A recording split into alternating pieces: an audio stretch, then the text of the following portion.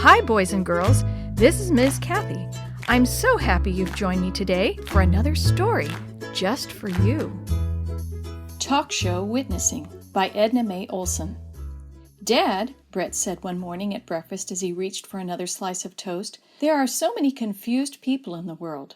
I think you're right, his father commented, but what prompted you to say that just now? I've been listening to the talk show, Brett answered, and it's hard to believe that a lot of people have no idea why the world is in such a mess. What's the talk show? Mike, his younger brother, chimed in. Is it something on the radio? Yes, Brett explained. It's on every afternoon and evening. Sometimes there's a guest, and after the guest speaks for a while, people can call in and ask questions. At least once a week, the show has what's called open line. That's when there's no guest speaker. People just call up and say what's on their minds. I listen to it sometimes, Mom joined in the conversation. They discuss quite a variety of subjects, including politics and religion.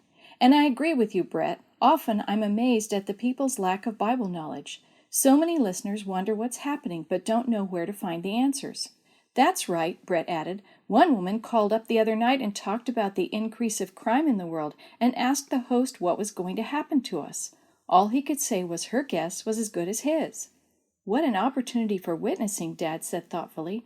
Doesn't anyone ever tell the listening audience the real reason for all the crime and misery in the world?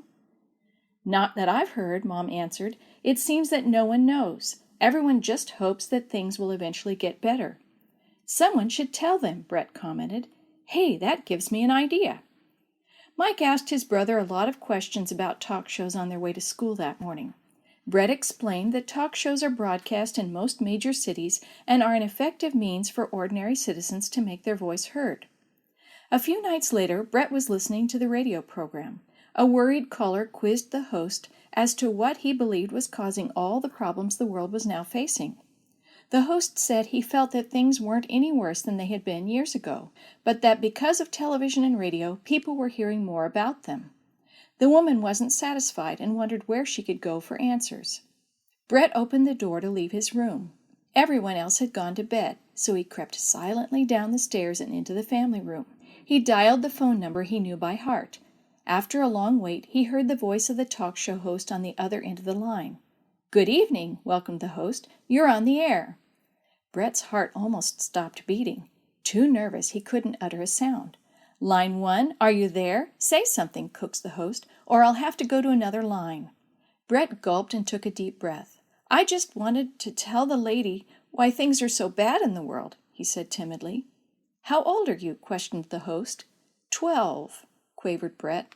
"Well, young man, what do you think is wrong with the world?" Brett found his courage strengthening. The reason the world is so bad is because of sin. Things will never be any better until Jesus comes, and then there'll be a new heaven and a new earth. "You don't say." The host was serious. "Where did you get this information?"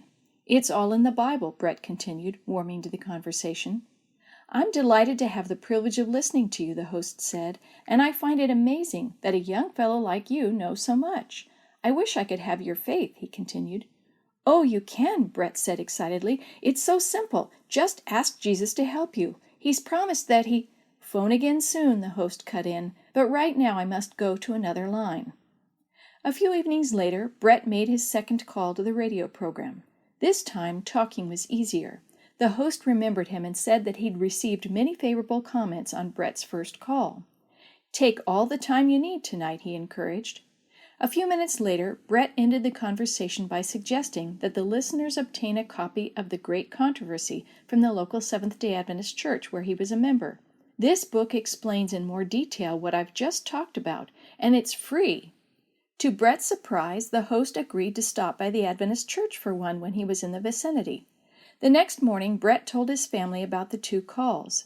Dad looked a little concerned when Brett mentioned he had invited the listeners to ask for free copies of The Great Controversy. "Do you realize how many people heard you last night? Could be as many as 100,000. I'd better alert our pastor so he'll have a large supply on hand."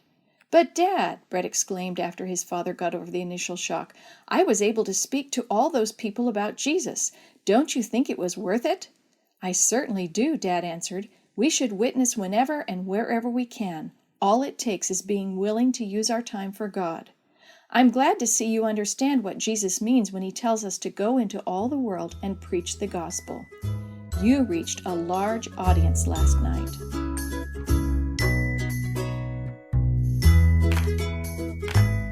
The story you have heard today is from God's Greatest Stories, written by various authors and compiled by Randy Fischel, and used with permission from the Pacific Press Publishing Association. If you're interested in any other books published by the Seventh-day Adventist Church, please visit AdventistBookCenter.com or call 1-800-765-6955. This podcast is a production of the Carolina Conference of the Seventh-day Adventist Church.